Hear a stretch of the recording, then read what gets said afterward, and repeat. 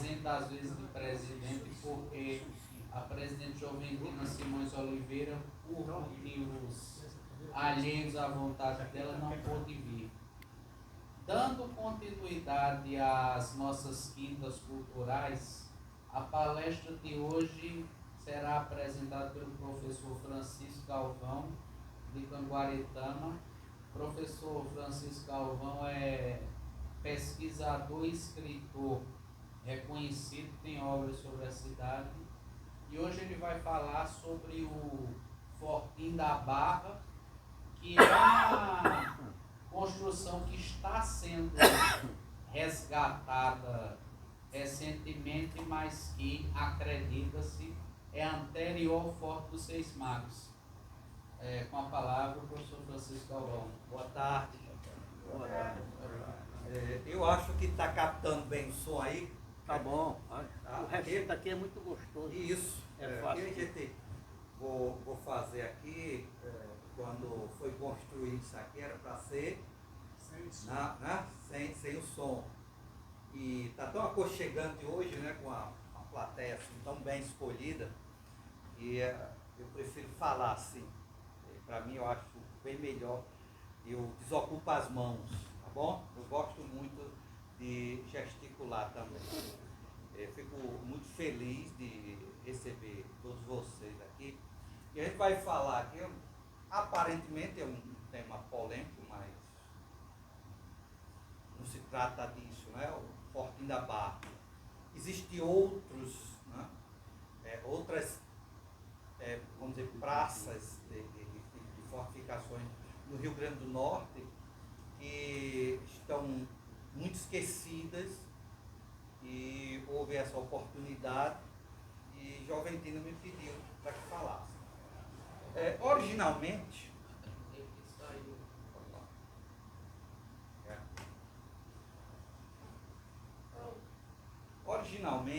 tá certo? Se fala do Fortim da Barra como a construção francesa. Teriam sido os marinheiros franceses de Dunkerque.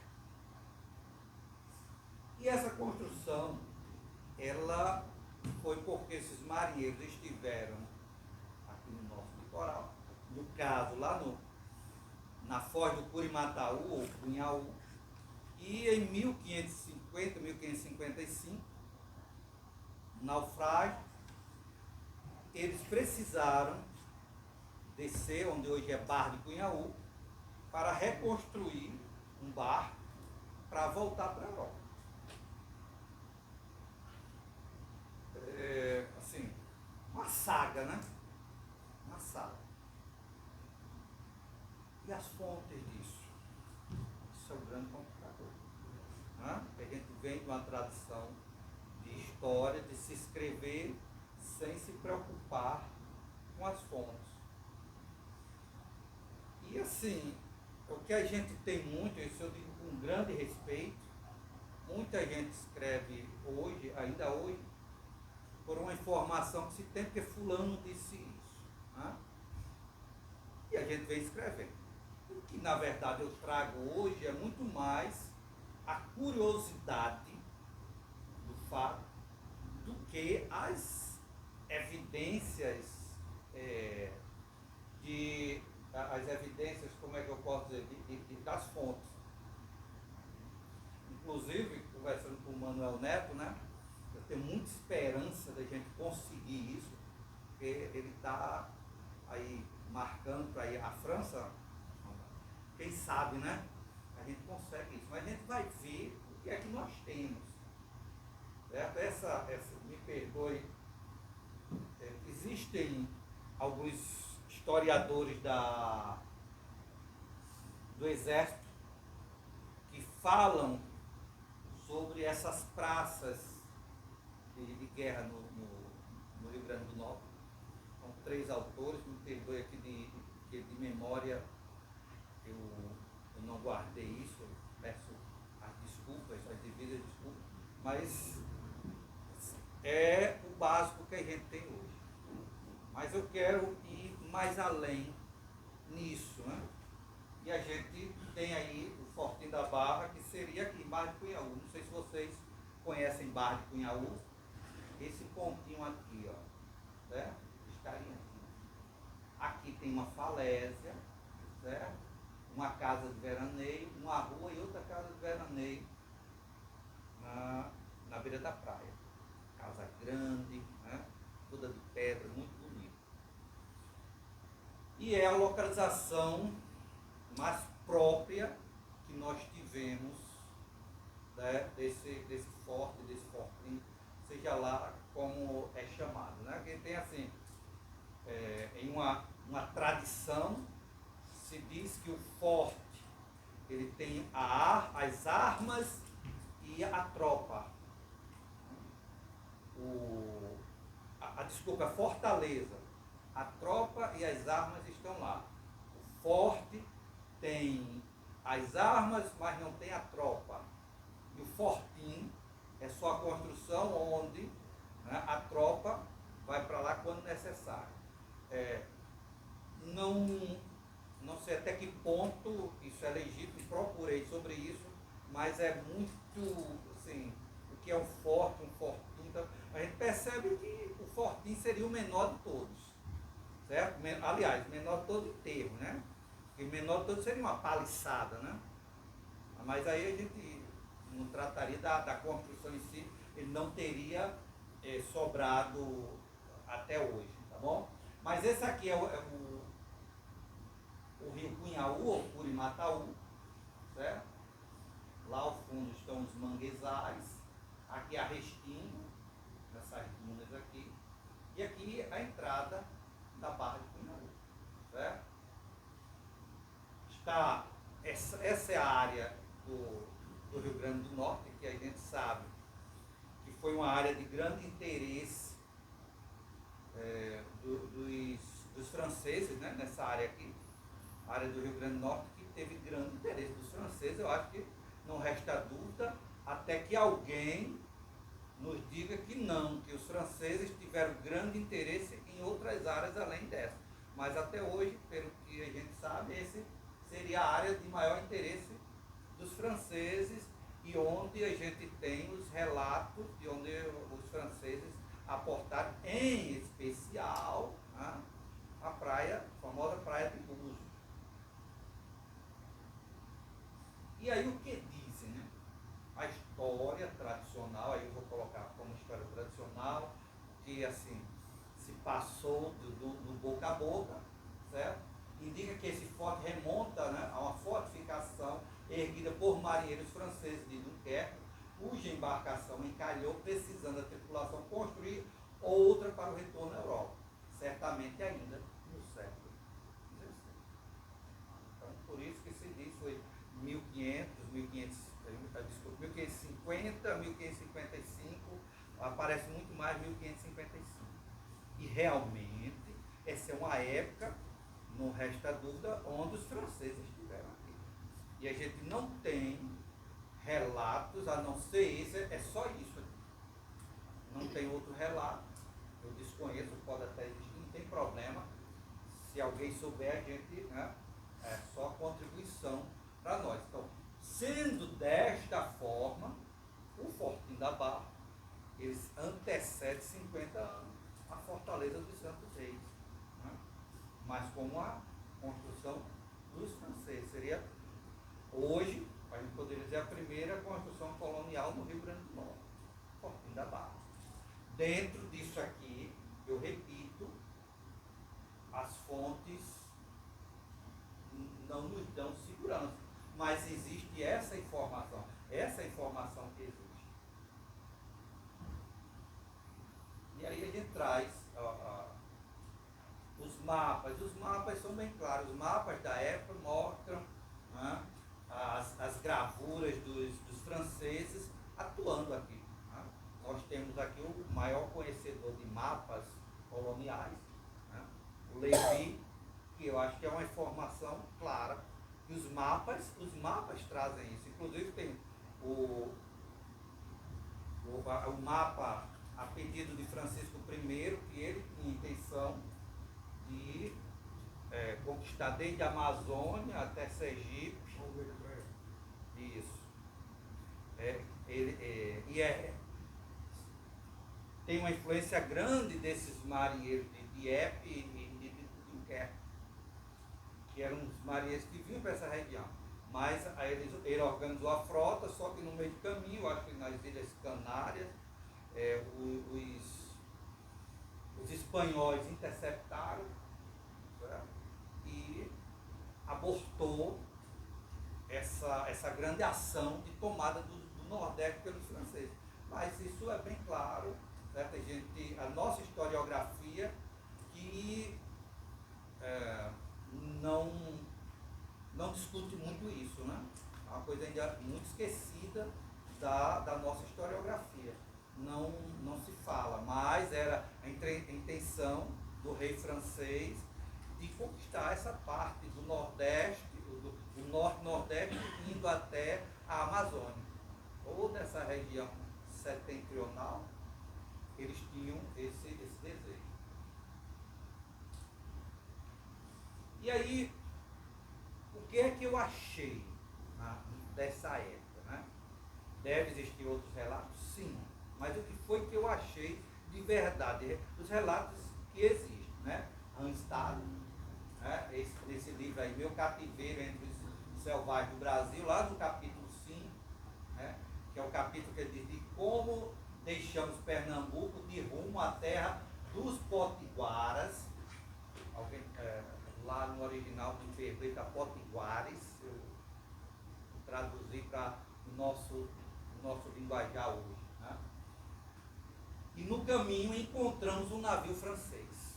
Ou seja, nesta época aí, segunda metade do século XVI, era comum, pelo menos a gente percebe isso, se deparar com isso.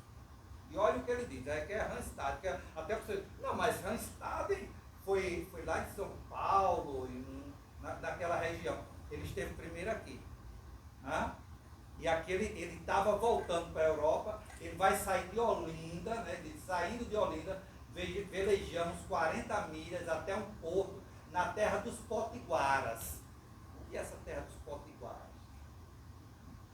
Porque aí é que está essa questão dos limites e tal. Até a terra dos potiguaras era realmente o Rio Grande do Norte ou a Paraíba? Ou ele errou, né, quando ele vai dizer a distância percorrida? Mas ele diz aqui, onde pretendíamos carregar o navio com pau-brasil e mercadejar com os indígenas outras provisões. Então, eles iam pegar pau-brasil e iam fazer um comérciozinho com os indígenas. Com o quê? Com os potiguares. De acordo com as instruções do rei, desculpa. Ao chegar, avistamos um navio francês que fazia a mesma coisa. Fazia mesmo pau-brasil e outras mercadorias mais. De acordo com as instruções do rei, atacamos com a intenção de prendê-los. Né? Um tiro que deram contra nós destruiu o mastro branco, matou-nos vários homens e feriu outros. Em seguida, afastou-se. Então, o navio de Randstad foi atacado pelos franceses. Vários marinheiros morreram e acertou o mastro. Inclusive, isso mesmo assim, eles vão voltar para a Europa. Randstad volta para a Europa, a viagem de volta para a Europa é a primeira viagem dele. E diz que foi uma viagem horrível. Foi uma viagem horrível. Ele conta como foi. Por quê? Desculpa aí. Por quê? Porque ele voltou nessas condições. Eu acredito que esse que ele chama aí, das coisas que ele ia pegar com os indígenas, não pegou. Ia pegar alimento para a viagem.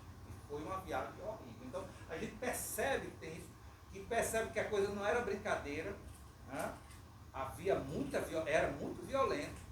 Então, o navio francês não perguntou nada, não. Tá?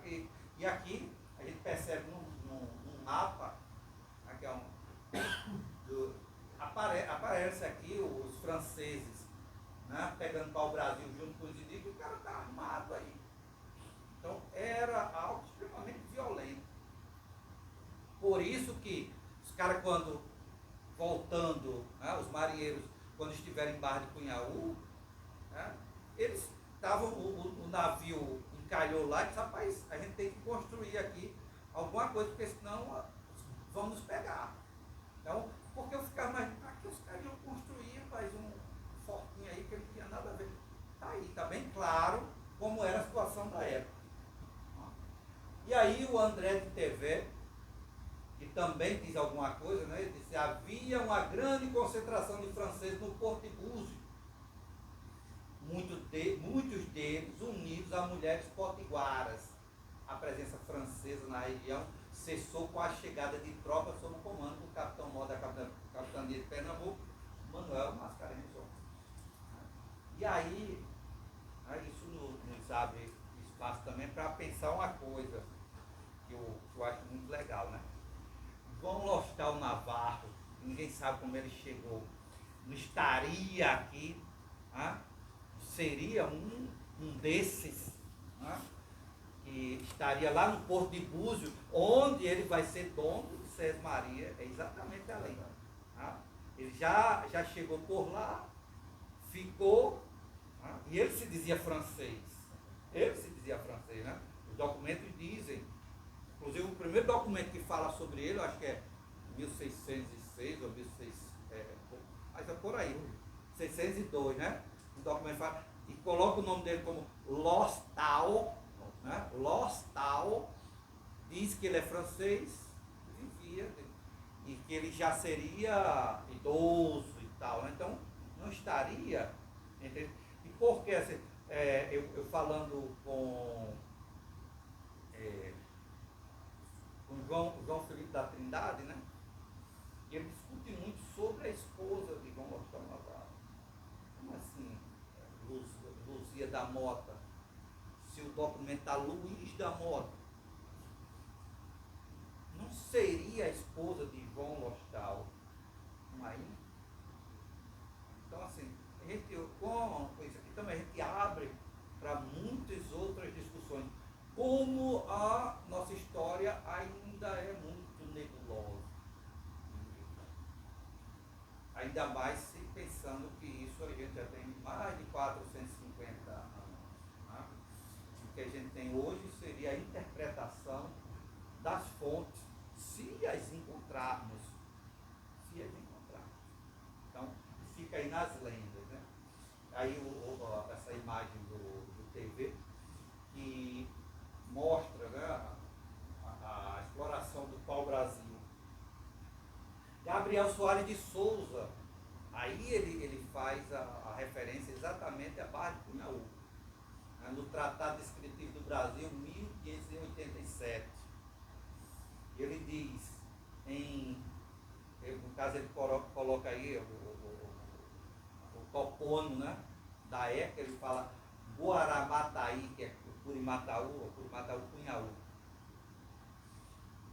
De lá ao rio Camaratis, que é Camaratuba, que hoje está na Paraíba, mas até 1611 era capitania do Rio Grande do Norte. São 2 léguas, o qual está em 6 graus e um quarto. Aí ele diz, e entre um rio e outro está a enseada de Aratipicaba, Bahia Formosa, onde dos arrecifes para dentro entram as naus francesas e fazem sua carga. Então a gente percebe, claro, as fontes são raras, são minguadas, só tem isso aqui. Mas nos leva a crer que aquela primeira informação, ela pode ser legítima. Ela pode ser legítima, porque os franceses realmente estiveram lá, fizeram forte para se abrigar.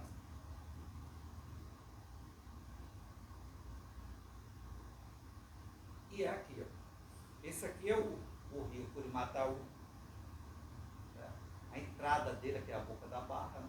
E o rio entra para cá, porque ele diz que se entrava por aí, por essa região, para e fazer comércio com os indígenas.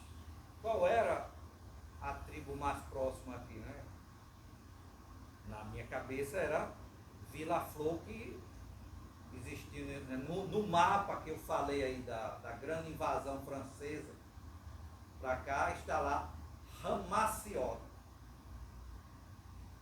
Depois, nos mapas portugueses ou nas fontes portuguesas, ele vai aparecer como Gramaciota. Tá? Mas antes está lá Ramaciota. E Ramaciota é um sobrenome europeu, hoje bastante encontrado na Itália. Existe uma boa quantidade de italianos com esse sobrenome Ramaciota, com o I no final. No mapa está Ramaciote, né? E isso parece que foi aportuguesado como Gramació, que é um nome indígena. E aí a gente fica na dúvida. Isso era porque existiu alguém, algum francês, ou sei lá, de qualquer nação, chamado Ramaciota, e colocaram porque ele fazia comércio com os indígenas naquele local, ou porque era Gramació e eles erraram a grafia, que isso acontece muito no período holandês, né? O Rolo-Barô, a gente vê muito essa grafia toda, né, misturada, muito difícil de você interpretar. Seria isso? Então, são as dúvidas que nós temos, mas de uma história belíssima. Né? Isso aqui é o estuário do Cunhaú. Passando aí, o Jean de Lery não diz nada. Essas são as fontes principais dos franceses que eu procurei. Não encontrei, se existe, né? Eu não achei em Lery, ou Lery. Eu não achei, infelizmente não tem nada sobre os franceses nessa região. E aqui está a Foz do Barra do Cunhaú. A descrição é perfeita do Gabriel Soares, quando ele diz que de Aretipicaba, que é o porto, que até hoje lá em Bahia Formosa é o porto de Bahia Formosa, ficava ali, que é mais ou menos para cá, né? Ficava ali, no porto. As naus ficavam lá. E a entrada para Barra de Cunhaú não é essa aqui. Aqui é o Arrecife. Eles entravam realmente por aqui, de preferência com os batéis. Quem vai entrar aqui com embarcação maior são os holandeses e se ferram. Eles se ferram aqui. É o Cristóforo, o grande generalíssimo polonês, vai entrar aqui e se ferra. Certo? Vai ver mais na frente. Mas era essa entrada aqui. Eles entravam para cá. E claro, o fortinho deveria estar por aqui. E é nessa partezinha aqui onde eu estou apontando, onde está o fortinho. Nesse ponto, não tem erro, era o melhor ponto para você proteger a entrada. É como hoje a entrada do Rio Potengi, o Porto dos Reis Magos é estratégico ali. E ele é um pouquinho mais para dentro, mas daqui ninguém passava. Até porque eu acho que se fizesse nessa parte aqui, não daria muito resultado. Desse lado de cá, fica a Restinga, eu acho que seria praticamente impossível. Então eles fizeram aqui começa a falésia nesse ponto, e na falésia, aqui no pezinho da falésia, foi construído o forte. Né? Que eu acho assim que foi um esforço fantástico. Né? Aquele um pequeno agrupamento de homens que deveriam ter, o que então, sei, não existe essa fonte, mas 50 homens, 60 homens, 100 homens que estavam nessa nau que encalhou, fazer um fortinho nesse ponto aqui. Pedras monstruosas para fazer esse fortinho. Mas aqui essa imagem belíssima, a gente percebe. E essa imagem, é claro que ela é uma imagem atual. Certo? Aqui esse banco de areia, ele é bem atual. Nós não tínhamos, pelo menos agora do século XX, eu não tenho notícia desse banco de areia. E esse banco de areia talvez tenha sido propício devido a uma suposta bonita, né? Essa aqui? Aí vamos aqui. Teria sido na Segunda Guerra Mundial, teria sido aberto, na verdade aqui, pelos militares, para facilitar a entrada de barcos da Marinha de fiscalização na Barra de Cunhaú. Não encontrei nenhum documento, isso é da tradição oral em Barra de Cunhaú, em 1945, quando eles estiveram realmente em Barra de Cunhaú. E por causa disso mudou, e aí nós tivemos agora, de 5 anos para cá, essa mudança repentina aparecendo nesse banco de areia. Aí aqui a gente aparece, essa foto foi o que eu consegui, ela não é nem uma foto mais recente, porque está tudo cheio de barraquinha no meio da praia ainda, né? E eu achei essa foto, que na verdade hoje posso dizer quase uma relíquia. Está aqui, ela foi feita de cima da falésia, embaixo do Cunhaú. E aqui está, olha o fortinho aqui, ó. Tá vendo? O fortinho está onde? No pé da falésia. Só que isso hoje é uma casa de veraneio, feita com o quê? Com as pedras do fortinho da barra. Tá aí, ó. Coisa linda, né? Essa foto também, a praia não está assim, houve uma grande modificação, né? Mas assim, eu trouxe essa foto também pela estética, é uma foto muito bem feita. E voltando aqui, gente, eu não quero, para não esquecer, perdão, eu esqueci. Essa foto aqui é do Candé Soares, viu? Isso aí, esse registro eu tenho que fazer. As outras fotos, essa foto eu não sei quem fez. Não deu para investigar, nem essa outra aqui. Mas observem quanta pedra aqui, ó. Certo? E por trás dessa outra casa existe mais uma outra casa de veraneio. Essa aqui é da família Vilarim e a outra da família Calafante, feito com as pedras.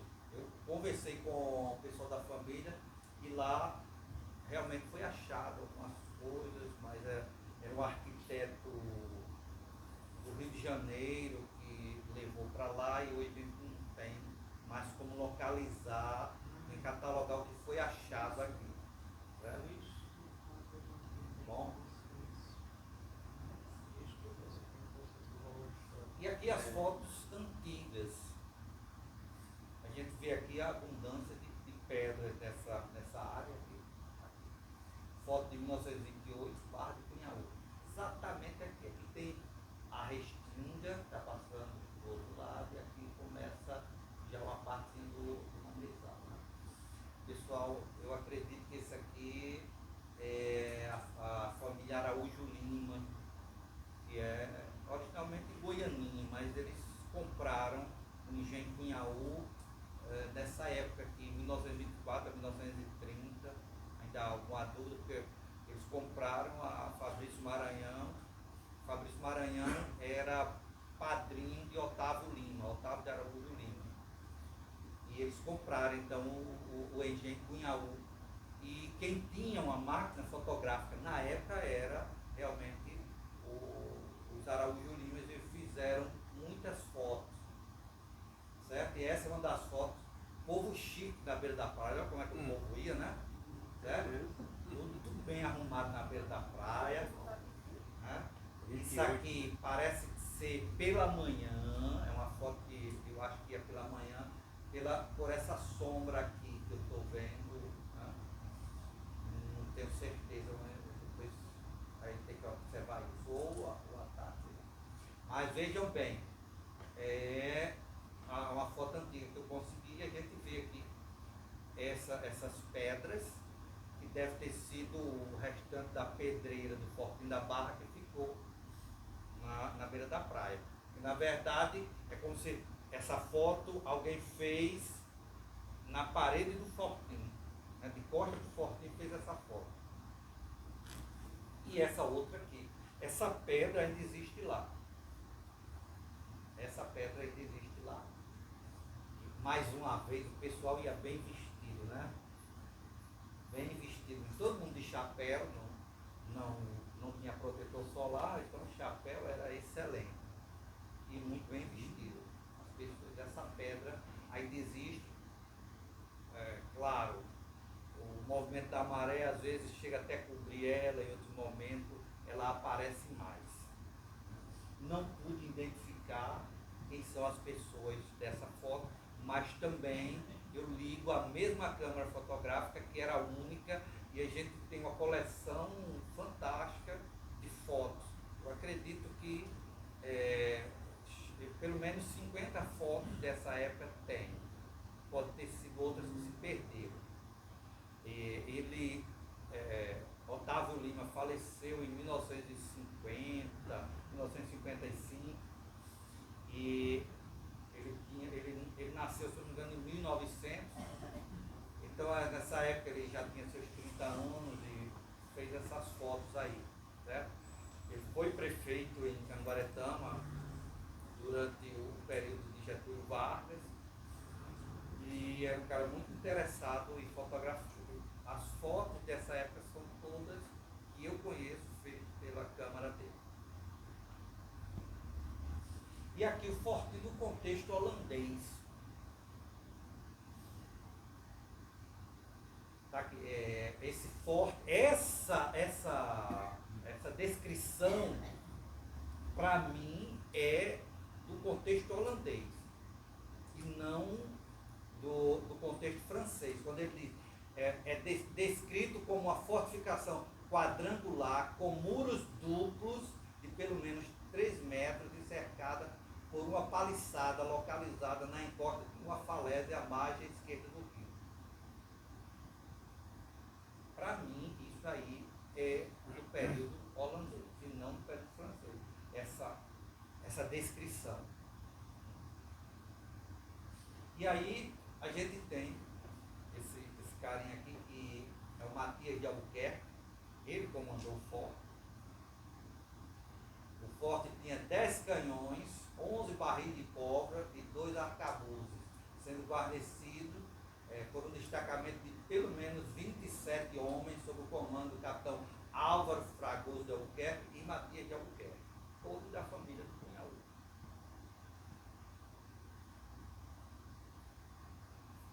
E aí, umas informações, então, e que é muito interessante, né? Porque os holandeses, eles tomaram Natal, quando chegaram aqui, daqui eles vão para Ferreiro Torto, Potengi, né? Conquistam isso aqui. Em dezembro eles tomam o forte, e eu não tenho essa informação com segurança, mas eu acredito que entre dezembro e janeiro eles tomam o Ferreiro Torto. Está tomado. Estava com o Rio Grande do Norte nas mãos? Não. Não estava com o Rio Grande do Norte nas mãos. Por quê? Tinha Cunhaú. E para chegar a Cunhaú, teria que tomar o Fortinho da Barra. E aí é um dos capítulos de violência, né, dos mais terríveis, porque foram 3 ataques feitos ao Fortinho da Barra para tomar o Fortinho. Tanto que isso só vai se concretizar quase um ano depois. Porque Natal estava tomado em dezembro, e aí eles fazem 2 ataques em abril, não conseguem êxito, e eles só vão conseguir realmente tomar o Fortinho, né, em outubro. Então está aqui, e é a história que todo mundo sabe. Natal foi tomada em dezembro de 1633. Mas Cunhaú continuava e ficou até outubro de 37. Sendo defendido com o Fortinho da Barra. Agora é interessante, e eu acho que foi por isso que Olavo de Medeiros diz que esse fortim foi construído em 1634. Por quê? Quando os espiões, né, holandeses passaram pegando informações do Rio Grande do Norte, não cita o Fortim da Barra. Queria que, se possível, o Levi me lembrasse do Verdon, né? Verdon, que ele não fala sobre 1630, ele passa pegando as informações, mas não cita o Fortim da Barra. Não se sabe por quê. Mas também Henrique Costa não fala da igreja de Cunhaú. Aí a gente não sabe, é um vazio que ficou. E aí eu acredito que por isso, eu tenho que dizer a vocês, que Olavo de Medeiros, que era um cara respeitado, cara bom, que eu acredito que ele, né, fazia trabalho bem feito, ele diz que esse fortim é de 1634. Certo? Isso aí eu não vou esconder, porque é da minha pesquisa e tal, não, mas existe isso. E para mim é muito difícil contestar, né, o Olavo de Medeiros. Eu sou sincero nisso aí. Mas eu acredito que ele tem essa posição por causa que ele não encontrou lá em Verdon. Mas está aí. Então o engenho em Cunhaú, ele vai ficar sobrevivendo com a família Albuquerque Maranhão. A família Albuquerque Maranhão, né, vai ainda lutar até outubro, aí, quando o fortim cai e o Rio Grande do Norte, então, está entregue. Então, o marco da conquista mesmo é o Fortim da Barra. Certo? Conquistou o Rio Grande do Norte quando conquistou o Fortim da Barra. Senão ainda estava até hoje brigando. E não entrava no Cunhaú. Foi não, Léo? E ele, inclusive, ele vai entrar, diz que entra com um navio, e o navio vai naufragar na saída. Certo? E aí eu peguei, pelo que eu vi, o que acontece. Era a questão da maré. Né? E eles não tinham esse conhecimento. Pegaram uma maré baixa e o navio encalhou e eles perderam aqui, né? Eles vão perder tudo que eles conseguiram tirar do fortim, certo? É complicado, arcistar, né? Me perdoe, né? Só quando eu leio que eu lembro o nome. Certo? E aqui o Fortim da Barra, não encontrei relatos de uso depois de 1634. De 1634 até hoje, o uso que tem, que eu posso dizer, é a casa de veraneio. Ficou as areias do tempo simplesmente apagadas. O que a gente tem é isso aí. E duas residências de veraneio, né, e uma rua que passa por Estreito. a rua estreitinha, que foi alargada, acho que em 1990, 91, 90, por aí, foi alargada, né? Que na época, na verdade, duplicou a rua, porque era bem estreitinha. E terminava ali, Cunhaú. Terminava ali. Exatamente, Barra do Cunhaú terminava ali. E ninguém desconfiava que ali era o fortim. Eu acho que até assim, não quero chamar ninguém de ignorante, né? Mas o cara que construiu a casa ali, né, ele não construiu sabendo disso, né? Não existia essa informação. E ele simplesmente fez, depois outro fez atrás, aproveitando as pedras e está lá. Até hoje é o que temos, certo? E aí, estudando o Fortim da Barra, a gente encontra a história do Rio Grande do Norte. Mais uma vez, todo mundo que for falar aqui da história do Rio Grande do Norte vai se deparar com isso aqui. Mais uma página de violência. Qual é o capítulo da nossa história que não tem violência? Como é terrível essa violência na nossa história. Você vê como era a luta dos franceses, extremamente violenta. Quando a gente se depara com os holandeses, extremamente mais violência ainda. Aí você faz, então pronto, a gente expulsou os holandeses, então tranquilo, Guerra do Bárbaro. Guerra do Bárbaro. Mais outro capítulo extremamente violento, que mesmo depois de terminar a Guerra do Bárbaro, essa violência ela continua. Então a história, a gente pode contar hoje a história do Rio Grande do Norte, né, através do viés da violência. E queira ou não, né, Natal na Segunda Guerra Mundial, né, mesmo que a guerra não tenha mais, acontece num contexto de guerra. Aí você sai disso aí, mas se eu só vou pegar a história política do Rio Grande do Norte, história extremamente violenta. Diga-se de passagem, a família Faria, né, ele vai pegar intentona comunista, extremamente violenta. Ele vai pegar, vamos pular para o golpe militar, extremamente violento, e tem gente aqui que ninguém sabe nem onde foi enterrado. Né? E a gente fala pouco disso.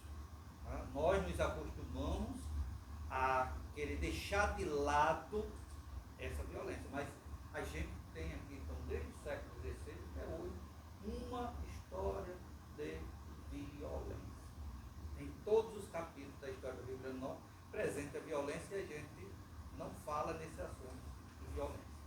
Então, eu acho que está já exatamente 17h40, sempre a gente deixa aí, não deixar para a última hora, a orientação que a gente tem pelo menos de 20 a 15 minutos de discussão, que eu acho que é a parte mais gostosa aqui da apresentação, e eu fiz aqui o mais rápido possível também para a gente discutir sobre isso. E não só comigo, porque aqui a gente tem gente boa demais para conversar do assunto. Eu gostaria de agradecer ao professor Galvão pelo ineditismo do tema e abrir para as perguntas. Lembrando que quem quiser fazer as perguntas, por favor, se identifique, porque está sendo registrado. Ô Galvão, Cascudo escreveu sobre o Fortim? Identifique, rapaz. Ricardo. Ricardo, ele fala sobre o Fortim, certo? Mas ele se detém ao período holandês. Ele conta toda essa história, todos os ataques, história do Rio Grande do Norte, ao período holandês, ele fala de todos esses ataques que o Fortim sofre, contando até detalhes de que foi salvo porque os cães começaram a latir e os portugueses que se acordaram e lutaram, e faltou pólvora e eles correram atrás dos holandeses na beira da praia, mas acabou a pólvora e eles, né? E aí tem outro momento que ele conta bem direitinho que houve assim, degola de soldados, ele fala, Cascudo fala, mas se detém ao período holandês. Ok, obrigado. Meu amigo Tiago Tadeu, professor Evi Pereira, então. Lembrando também para serem breves. Evi Pereira, essa história provavelmente ainda será possível resgatar alguma materialidade desse evento, pelo menos do holandês. O barco, ao bater na barreta, ele tinha canhões de ferro e afundou. Provavelmente, tendo apenas saber qual é a barreta, cerca essa barreta que está abrindo agora em direção à Praia Formosa, uma barreta ao norte, que foi provavelmente aberta a dinamite, né? Isso. E se uma pesquisa arqueológica submarina for feita por aí, provavelmente pode descobrir os restos desse barco e entre eles uma coisa que desconhecida são os canhões. Vamos ver se a gente consegue. O barco eu acho até difícil, porque essa madeira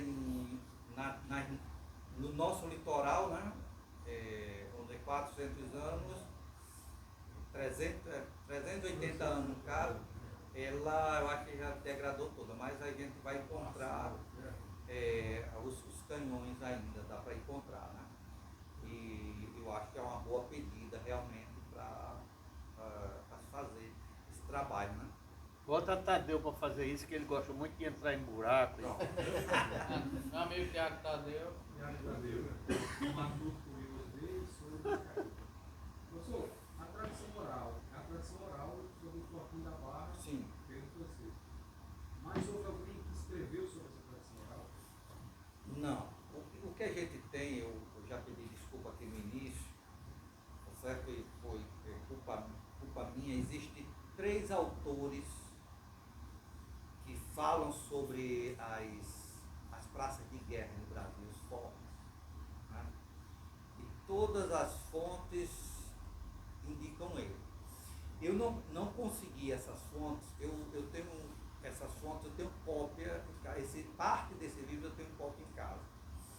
Mas assim, vocês sabem como é casa de pesquisador, né? Às vezes você encontra e às vezes a fonte lhe encontra, né? E eu não, esses dias, porque eu marquei essa palestra aqui há 3 semanas atrás, né? Não era uma palestra que eu tinha na cabeça e tal, eu estava conversando com o Joventina e ela perguntou, Francisco, quando é que você quer falar sobre o Fortinho da Barra? É um assunto muito importante. Eu disse, qual a data que tem? Ela disse, tem dia 10 de abril. E para mim, dia 10 de abril era de 2028, 2030, né? Ela disse, tá bom para mim. Aí depois que eu cheguei em casa, que eu fui, disse, rapaz, nós estamos no final de março, né? Mas aí no dia que eu imagine o resto da família ia olhar para mim e disse, agora está fugindo do negócio, rapaz, você sabe ou não sabe, né? Aí eu vim para cá, né, com todo prazer, para falar sobre esse assunto, tá certo? Mas existem, são 3 autores que falam sobre sobre as fortalezas do litoral do Brasil, desde lá do Amazonas até o Rio Grande do Sul. E eles falam sobre esse fortinho. É a única fonte que existe. E apenas um deles é que dizem que foi os marinheiros de Dunkerque. Certo? Os outros 2 só diz que é o Fortinho da Barra e tal. É desse jeito. Me perdoe trazer aqui só de memória, novamente, parece até história oral. A professora Olivia Pereira de novo. De novo. O Adler de Castro, que escreveu Paredes de Pedra, Canhões de Ferro, Homens de Aço, ele escreveu sobre todas essas. Você se recorda se ele é um desses autores? Não, é não. Não se é. for, eu tenho acesso direto, poderia lhe ajudar. Não é, mas pode ser. Né? Mas já vai ser uma fonte que a gente vai encontrar, porque se ele fala sobre essas fortificações, fatalmente o Fortinho da Barra vai estar incluso. Né? Que é uma coisa que eu peço a Manuel Neto, se nas fontes francesas encontrar algo sobre, né, o Curimataú, a Forte Curimataú, que ele lembre de nós aqui. Quem sabe a gente chega à conclusão que essa foi realmente a primeira construção colonial no Rio Grande do Norte. Qual foi o ano? 1555 é o ano básico que a gente tem. 1555. Praticamente 50 anos da Fortaleza de Santos Reis, né? 44 anos. E assim, para o início aqui, que a gente não sabe nem quando é que estava pronto, mas porque pelo que me parece, em 1555 esse forte estaria pronto, né? Foi construído nessa data. O francês andou por aqui fazendo muita coisa. Exato. A Casa de Pedra de João Lostal, apesar de uma tese de doutorado dizer que foram os portugueses, eu ainda acho que foram os franceses. Sim, por que não, né? Eles se baseiam, a pessoa que fez a pesquisa, que encontraram artefatos de louça. Bom, porque eles passaram muito pouco tempo.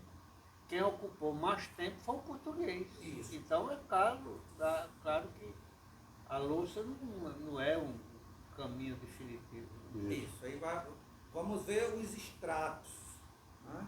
Onde estão esses fragmentos e ver o que a gente pode encontrar. Você encontra essa louça realmente mais aflorando hoje, mas outros estratos mais profundo. E assim, além do mais, eu acho que essa louça, ela pode, vamos dizer assim, se confundir com a portuguesa. Francês e português eu acho que usavam o mesmo material, né, das faianças, era o mesmo, né? Então, assim, até isso é difícil da gente ter certeza. Pois não, Léo? Não, pode ficar até 7 horas. Não, até 7 horas sair. 3 pesquisas arqueológicas feitas lá na Casa do Tempo. Nenhuma delas encontrou nada seiscentista. Sim. E, inclusive, uma é do professor Dr. Ayron, Sim, Ayron, que fez uma palestra aqui. que para mim é absoluto, Pois né? é, impressionante. Ele já, infelizmente, não dá para provar que aquilo é como Roberto Ayron, aqui no Rio Grande do Norte, tem todo o meu respeito, eu acho que ele deve estar certo e a gente há de acreditar nisso aí, porque ele encontra provas materiais, até que outra pessoa, isso é ciência, né, gente? Até que outra pessoa venha a nos acalentar achando outra coisa. Mas, por enquanto, Sobre esse acreditamos. pouquinho que ele... Não, ele fez na casa de João Lostal. De João Lostal. Na casa. Me perdoe, alguém chama Lostão, eu prefiro Lostal. Ele tem uns 8 nomes. Ou mais. Eu tenho o nome dele todo. Eu parti do princípio do primeiro, né, que fizeram Lostal. Aí eu uso Lostal. São João Lostão. São João Lostal. Que está na minha árvore genealógica com muito orgulho. Você é descendente de santo. De Na santo. minha também. Pronto, então somos parentes. Não por conta dele, eu acredito que deve ser da mulher dele.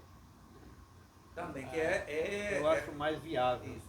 A esposa dele ainda é uma grande dúvida dentro da Que genealogia. depois a família Casa Grande, né?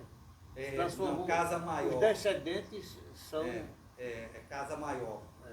Que eu não sei de onde vem. Ela não era. Isso, ela esse nome. era pela lógica Luzia da Mota, podia ser Dornelles. Mais alguém tem alguma pergunta? Sim, pode se identificar, por favor? E eu gostaria de saber onde é o Porto de Búzios. Porto de Búzios. Vamos ver se aqui a gente. Foi citado logo no começo. Um mapinha que tem aqui. Porto de Búzios é ali na Praia de Búzios. Você conhece a Praia de Búzios? Aquela coisa linda que tem, né? Ali tem que chama a Baía dos Golfinhos, pronto. Tabatinga, pronto. É aquela partezinha ali. Certo? Que faz assim como uma baiazinha, não tem outro local para ser o Porto de Búzios ali, que eu sempre conheci como Porto de Búzios, né? Há 30 anos atrás, acampei ali para fazer uma viagem a pé pela beira da praia até Barra de Cunhaú. Sem saber, sem conhecer João Lostal, nem ninguém. E eu só por diversão parei logo ali. Viu? Tabatinga, isso, Tabatinga. Barra de Tabatinga, porque tem um riozinho que sai lá, a barra seria isso, né? Ou pela questão da. Porque barra, vem que tem uma barreira, né? Seria isso. Então, Barra de Cunhaú, você chega, tem um rio, e o rio é uma barreira para você passar, né? Então, se diz isso, o rio como uma barreira. Então, ali deveria ter. Na verdade, o porto deveria ser antes, onde é a baiazinha, né? O pessoal às vezes pega até surf lá. Pronto, mais uma. Se identifica, por Oi, não, favor. Júnior.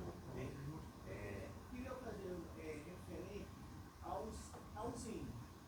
Qual era a relação dele com os índios, já que nós tínhamos a aldeia Catu ali próximo? Porque na Fortaleza houve um ruído aí entre eles, né? Mas com os índios foi de boa, foi tranquilo essa questão? Essa é a primeira, para saber sobre isso. E a segunda, quem vai fazer tudo isso no local, a gente conhece o quê? A casa, a pousada do forte. Ela, então como é que a gente vai indicar para a gente falar essa questão para as pessoas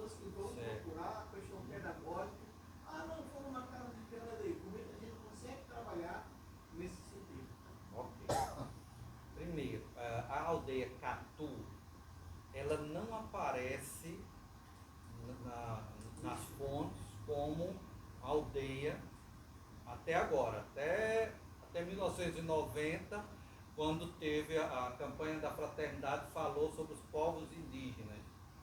Foi ali onde o pessoal de Catu disse: nós somos indígenas e vamos reivindicar esse direito de ser. Aquilo, a gente acha que as tribos se misturaram e tal, e ficou alguns vivendo lá não como indígenas. Eles foram viver como brancos, eram pequenos agricultores e tal. Em 1990 houve esse desejo, porque minha avó era índia, minha bisavó era índia, não sei o que, e a comunidade teve o desejo de se reconhecer como indígena. Certo? Nos mapas aparece Catu e Catu, mas em relação ao rio. A tribo do Catu é de agora. Certo? Não existia. Nos mapas vão aparecer outros. Existem, inclusive, pesquisas arqueológicas de Nasser, que ele acha, naquela região, se eu não me engano, 18 locais que eram possíveis tribos indígenas. Tá certo? Que vai dar, nos relatos dos tempos holandeses, que dá 14, por aí, as tribos indígenas. Tá? Parece que as coisas batem, mas não existiu Catu. A questão da pousada do forte é que realmente, quando se falava em Barra do Cunhaú, o Fortinho da Barra, as pessoas diziam: lá no Pontal. Porque ninguém chegou para dizer não. Eu fui para lá, inclusive quando aquela pousada foi construída, Beto chegou para mim e disse: rapaz, vai ser Recanto da Mata. Eu disse: por que tu não bota a pousada do forte? Porque ali teve um fortinho. Aí ele comprou a ideia e ficou muito legal, né? Ele fez temático lá, ficou muito bom. Mas porque era essa ideia, que ela fica realmente no pé da floresta, mas se você olhar, ali não tem lógica, ali não dá para defender a entrada da Barrinha. Não é isso? Então, aí depois, quando certo, a gente vai tendo uma maturidade, estudando, né, com maior precisão, não só a própria história, mas a geografia e outras coisas, aqui a gente vai perceber que não, realmente está aqui as pedras do Fortinho. Né? A posição é essa, era aqui que ele defendia a entrada, realmente a entrada da Barra do Cunhaú era ali e estava muito bem defendida, certo? Agora a ideia de Beto foi fantástica, porque ele partiu do que as pessoas diziam na época, que o Fortinho era para lá. Mas do Fortinho só aproveitaram as pedras, mudaram tudo, né? Isso, exatamente. Que era parede de 3 metros, parede dupla e tal. Hoje a gente não tem mais isso. Eles fizeram vamos dizer, os alicerces da casa e construíram em cima. Pelo adiantado da hora, não sei se mais alguém tem perguntas, eu vou pedir para o professor Levi Pereira fazer o encerramento da noite. Eu já digo muito obrigado a vocês, tá certo? E a gente vai estar aqui com outros temas, muito em breve, falando sobre esses assuntos maravilhosos. Quero só dizer mais uma coisa para a gente encerrar, que a gente deve mover uma luta maior da nossa história, e eu acho que eu aproveito muito esses momentos. Perdão, viu, Levi? Que hoje a gente tem uma coisa contra a nossa história que é terrível. Se chama Enem.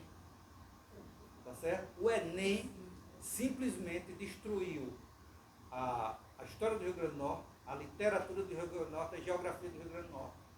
Você não estuda mais a história do Rio Grande do Norte para fazer o Enem, não estuda mais geografia. Né? E a nossa literatura, então, acabou. Se a gente continuar com o Enem, qual vai ser a chance de eu encontrar uma questão, né, que fale sobre o professor Levi Pereira? Né? Não que ele não mereça, ele deveria ter, todo Enem deveria aparecer dele e de Manuel Neto, que sabem do assunto, mas não vai aparecer. Então, infelizmente, né, até mesmo os nossos escritores se perderam. Quem é que vai, dos escritores de Natal do Rio Grande do Norte, quem é que vai aparecer, né, no Enem? Só cascudo. Só cascudo. Então, a Academia de Letras de Ceramirim O escritor de lá não vai aparecer porque não tem mais vestibular. A nossa literatura está se perdendo numa época em que a gente tem grandes escritores. Numa época que a gente tem... Não, certo. Mas eu estou dizendo, porque existe, eu já discuti isso com outras pessoas, e existe possibilidade de mudança? Sim. Porque se o Enem continuar, porque eles estão pensando até de não ter mais Enem, existe uma possibilidade de não ter Enem. Mas a gente poderia fazer aqui, se você quer, as universidades podem fazer a nota do Enem 70%. Você fazer, então, um mini vestibular ou alguma coisa que tenha 30% com a nossa história, com a nossa literatura, com a nossa geografia. Vai ter Então, um concurso do Estado. o concurso do Estado vai cobrar. tem que cobrar. Vai cobrar. Certo, Que é tem da que área da cobrar. saúde. Uhum. Mas, pronto, a minha filha tem 30 anos, nunca estudou História do Rio Grande do Norte. Eu estudei, aí eu dei uma aula de História, porque eu fui aluna de Pouquinho, né? Eu sou Pouquinho. Eu não fui. Eu fui aluna de São Pouquinho. Já- E já eu, duas pessoas História do que Rio Grande do não Norte é meu fraco. Aí eu disse, filha, vai ser difícil. Eu vou ter que fazer uma audiência com Pouquinho. Mas vocês entendem o perigo que nós passamos, que a gente está com essa grande efervescência, mas não chega realmente à população. Porque na Paraíba, até o 9º ano, eles estudam História da Paraíba. Pernambuco eu não sei, mas na Paraíba sim, mas no Rio Grande do Norte eles mataram. Mas Ensino fica a matéria aí para que vocês pensem, quem sabe ter uma palestra, futuramente não minha, mas de vocês sobre o assunto.